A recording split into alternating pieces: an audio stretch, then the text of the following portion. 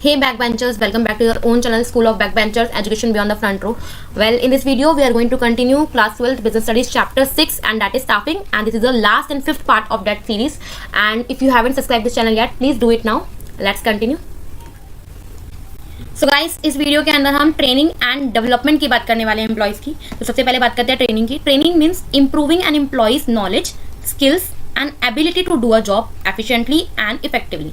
मतलब एक एम्प्लॉय जो आपने सेलेक्ट किया है या आपका एग्जिस्टिंग जो स्टाफ है, एम्प्लॉय है, कोई नया टास्क उसको करवाना है, तो आप उसकी स्किल्स को, उसकी नॉलेज को, उसकी एबिलिटी को बढ़ा सकते हो। कैसे? उसको ट्रेन करके, ठीक है, ताकि वो अपनी जॉब को एफिशिएंटली करे और इफेक्टिवली करे। इससे दोनों को हेल्प होगी, आपके न्यू और एग्जिस्टिंग एम्प्लॉयज़ को भी और आपकी ऑर्गेनाइजेशन को भी, ठीक है, ताकि वो अपनी करंट जॉब को आसानी से कर सके और बेटर तरीके से कर सके। और डेवलपमेंट का मीनिंग क्या है? ये आपके एम्प्लॉय की ओवरऑल ग्रोथ पे फोकस करता है। ये उनको आगे आने वाले, उनके रोल से आने वाले चैलेंजेस को डील करने में हेल्प करता है, उनके अंदर कॉन्फिडेंस बिल्ड करता है और एटीट्यूड्स को इम्प्रूव करता है। क्लियर है guys? Next topic is benefits of training. हम दोनों के कंपैरिजन में पढ़ेंगे। ऑर्गेनाइजेशन के लिए कैसे बेनिफिशियल है ट्रेनिंग देना एम्प्लॉय को, और एम्प्लॉय को तो ऑब्वियसली बेनिफिशियल होगा ही होगा, लेकिन वो भी हम पढ़ेंगे क्या बेनिफिट है उसके।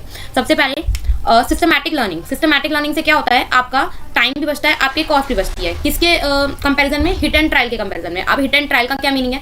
आपने एक एम्प्लॉय को हायर किया किसी पर्टिकुलर जॉब के लिए और आपने बिना ट्रेनिंग दिए उसको डायरेक्ट जॉब पर करने के लिए बिठा दिया, काम करने के लिए बिठा दिया। इससे क्या होगा? वो ट्रेन नहीं है, वो इतना फैमिलियर नहीं है उस पर्टिकुलर जॉब से। कोई अगर मशीन थी तो मशीन से फैमिलियर नहीं है, है ना? तो होगा क्या? रिसोर्स वेस्ट होंगे आपके, ठीक है, वो ठीक तरीके से काम नहीं कर पाएगा, ना आपका काम एफिशिएंटली होगा ना इफेक्टिवली होगा, आपके रिसोर्स वेस्ट होंगे, वो अलग, है ना?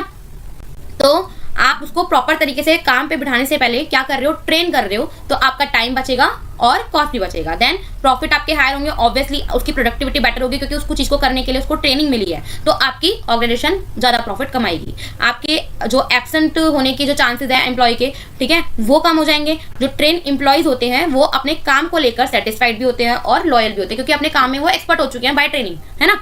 और आपको सुपरविजन भी नहीं देना पड़ेगा इतना ज्यादा, उसको कंटिन्यूसली मॉनिटर नहीं करना पड़ेगा कि गलत कर रहा है, सही कर रहा है, वेस्ट कर रहा है। आप ट्रेनिंग के दौरान ये सब चीजें कर चुके हो ऑलरेडी, है ना? तो अब वो आप उसको कॉन्फिडेंटली उसके काम से काम करने दे सकते हो। तो स्किल्ड एम्प्लॉयज जो होते हैं उनको कम मॉनिटर करने की जरूरत होती है। अगर हम एम्प्लॉय के बेनिफिट की बात करें, ऑब्वियसली उसका करियर ग्रोथ करेगा, इंप्रूव स्किल्स होंगी, उसकी जॉब ऑप्शन उसके पास ज्यादा होंगे, अर्न हायर करेगा, अच्छी परफॉर्मेंस होगी, ऑब्वियसली बेटर पे मिलेगा उसको, हायर मोरल रहेगा, उसका कॉन्फिडेंस रहेगा क्योंकि वो स्किल उसके अंदर है, वो ट्रेनिंग उसको मिल चुकी है उस पर्टिकुलर काम को करने की, अपनी जॉब को लेकर सेटिस्फाइड रहेगा।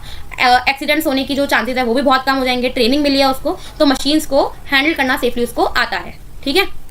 सो guys, last topic of this chapter as well as video, training methods, ठीक है। ट्रेनिंग के कितने मेथड है एम्प्लॉय को देने के? On the job end of the job. On the job जैसे कि नाम से ही है कि जॉब करते करते ही उसको सिखाना, ठीक है, और जबकि ऑफ द जॉब के अंदर काम करवाने से पहले उसको सिखाना। तो ऑन द जॉब ट्रेनिंग जो होती है वो वर्क प्लेस पे की जाती है जहाँ पे उसका रेगुलर काम होने वाला है और आपको सस्ती पड़ती है, आपका टाइम भी बचाती है, कॉस्ट सेविंग करवाती है, टाइम सेविंग करवाती है। इसके दो एग्जांपल ले लेते हैं हम। अप्रेंटिसशिप ट्रेनिंग, जिसमें आप सीनियर के अंडर रहकर अपने एम्प्लॉय को सिखाते हो और अपने काम को मास्टरी करना सिखाते हो, मतलब कंटिन्यूस सुपरविजन में रहने वाला है थोड़े टाइम के लिए, पर वो काम उसको सिखाकर थोड़ा थोड़ा सिखाकर उसको कुछ ना कुछ टास्क देता रहेगा, तो आपका काम भी होता रहेगा और वो सीखता भी रहेगा। लेकिन कंटिन्यूस मॉनिटर में है, इसलिए वेस्टेज की होने की जो चांसेस है वो कम हो जाएंगे। और इंटर्नशिप ट्रेनिंग के अंदर क्या होता है, जो बड़ी बड़ी कंपनीज होती हैं या वो यूनिवर्सिटीज में कैंपस में जाती हैं और डायरेक्ट वहाँ से जो फ्रेश ग्रेजुएट्स होते हैं उनको हायर कर लेती है। इससे जो स्टूडेंट्स ने एज अ थ्योरेटिकल नॉलेज ली है कॉलेज के अंदर अपने कोर्स के टाइम पे, आप उसको प्रैक्टिकली अप्लाई करना वो सीखते हैं, तो प्रैक्टिकल एक्सपीरियंस उनको उन कंपनीज के अंदर मिल जाता है। और next is of the job training, ठीक है। इसके अंदर आपको काम करने से पहले उसको सिखाना है, ठीक है, ट्रेनिंग देनी है उसको। कहाँ पर? जॉब जहाँ पे वर्किंग प्लेस होने वाला है वहाँ पर नहीं, कहीं और। तो आपके लिए मोर एक्सपेंसिव होता है और टाइम कंज्यूमिंग होता है। क्यों टाइम कंज्यूमिंग क्यों है?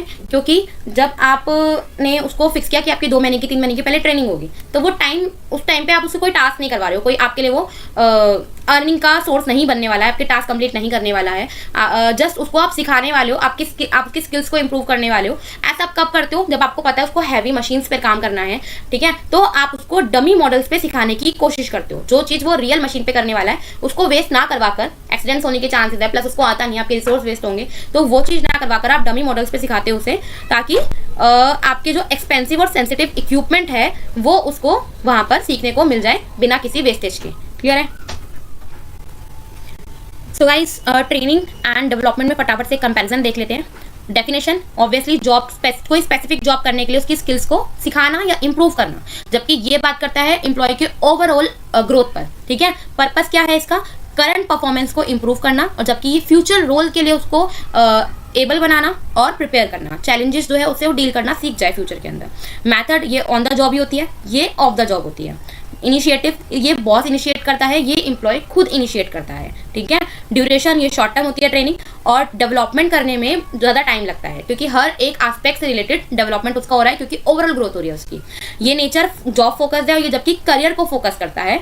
और लेवल ऑफ किसकी बात करें, इसमें मैनेजर्स इन्वॉल्व नहीं होते और ये मैनेजर्स के लिए ही होता है, ठीक है। सो गाइस हमने स्टाफिंग चैप्टर पूरा कर लिया है और लास्ट में जो हमने ट्रेनिंग एंड डेवलपमेंट का कॉन्सेप्ट किया उसके बेस पे क्वेश्चन है, पढ़िए समझिए, आंसर कमेंट बॉक्स में लिखिए। कोई डाउट है तो भी लिख सकते हो और मिलते हैं नेक्स्ट वीडियो के अंदर। तब तक के लिए बाय और don't forget to subscribe and like the video.